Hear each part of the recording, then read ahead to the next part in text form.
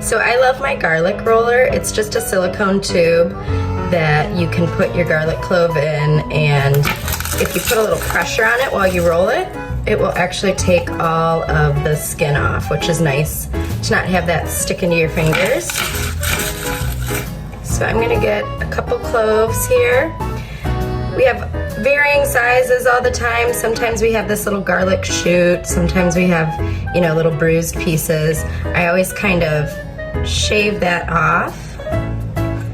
Now with garlic, it's obviously so small that we really have to be careful of our fingers. You know, when we're chopping most things, we can do the claw, which is where we hold on to our item that we're chopping. And as we're cutting, we may be guiding our knife with our knuckles, but we never have our fingertips in the way. But with something like garlic, it can get a little bit tricky. So you still want to use that claw, but just be aware that sometimes the safest thing is for you to actually let go and not have your hand in the way at all. So I have that trimmed off.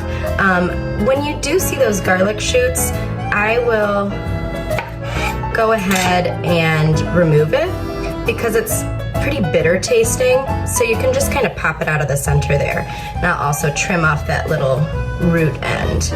Okay, so basically what we're doing is similar to how we chop up an onion, just in a very small scale. So what I usually do is I use the tip of my knife because I have the most precision with it, and I will chop it up into small slices, and then I will turn those slices around and go ahead and mince from there.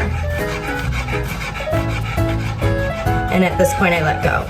So to get all that off of your knife, the safest way is to use your bench scraper.